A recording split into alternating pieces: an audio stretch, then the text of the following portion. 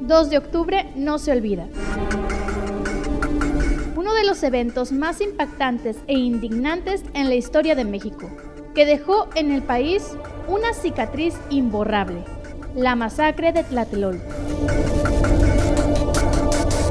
¿Qué es lo que sucedía en aquel entonces? ¿Por qué estaban esas revuelcas tan enormes y tan impactantes alrededor del país?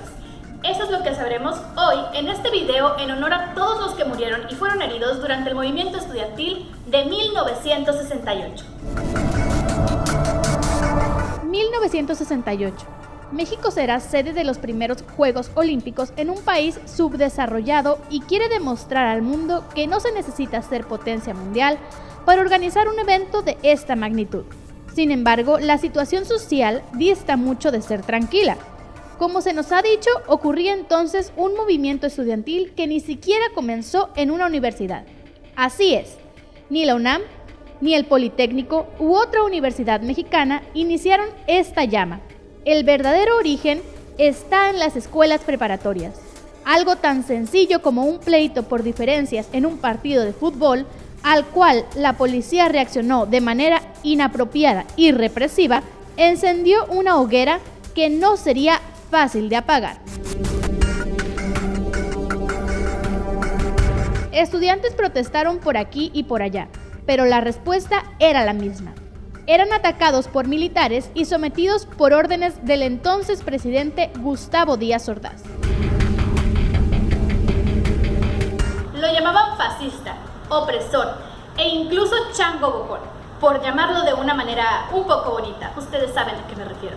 Sin embargo, el presidente no estaba dispuesto a aceptar esta clase de críticas, así que ordenó la inmediata detención de todos los líderes estudiantiles. Y aunque sí, arrestaron a 800 estudiantes, ninguno de ellos era la verdadera cabeza de este movimiento estudiantil. Intentaba apagar las llamas, pero solo consiguió avivarlas. Sus opositores convocaron a un mitin en la Plaza de las Tres Culturas. La Plaza de las Tres Culturas es un lugar pequeño, rodeado completamente de edificios, casi un anfiteatro creado de manera accidental. Los líderes estudiantiles hablaban desde lo alto del edificio Chihuahua a la masa que los esperaba abajo. Ya no había solo estudiantes, también había maestros, padres de familia que incluso llevaban a sus hijos menores con ellos, y adultos mayores también.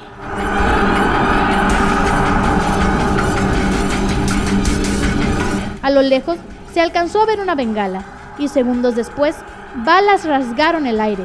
Parecían venir de la nada, desde el edificio en el que hacía un momento las cabezas del movimiento hablaban. El ejército entró por los únicos 2 accesos de la plaza, acorralándolos mientras decenas de personas caían, heridas o muertas. No había lugar seguro para refugiarse o escapatoria alguna. Algunos sobrevivientes aseguran haberse visto en la necesidad de acomodarse entre otros cuerpos, sin saber si seguían con vida. Tuvieron que pasar décadas enteras para esclarecer un poco lo que pasó aquel inolvidable 2 de octubre. Aparentemente existían 3 planes paralelos.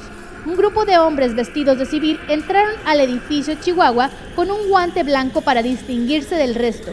Al mismo tiempo, francotiradores esperaban la orden para disparar desde el edificio en el que se ofrecía el mitin. Después de todo, necesitaban una excusa para culpar a los estudiantes. Mientras tanto, los militares esperaban para entrar ante cualquier trifulca.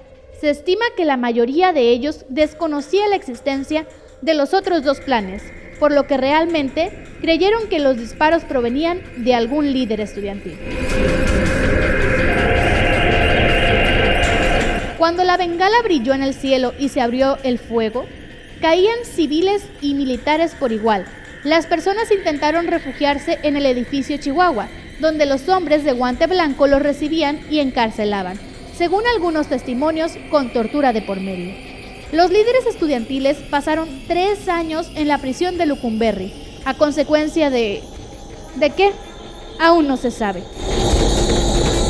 El mito dice que los muertos fueron cientos, quizás miles, pero la versión oficial aseguraba que los francotiradores eran en realidad estudiantes, miembros de este movimiento, y las portadas que salieron en aquel entonces son estas: sangriento choque entre estudiantes y soldados, 20 muertos y 200 heridos. Y al día siguiente, aumentó a 34 el número de muertos en Tlatelolco. Esa era la información que se daba en aquel momento. Hasta hoy, los hechos sucedidos en Tlatelolco están rodeados de misterio Y el presidente que quiso pasar a la historia como un organizador de Juegos Olímpicos tranquilo, es recordado en realidad como el genocida más grande de México, según la opinión popular.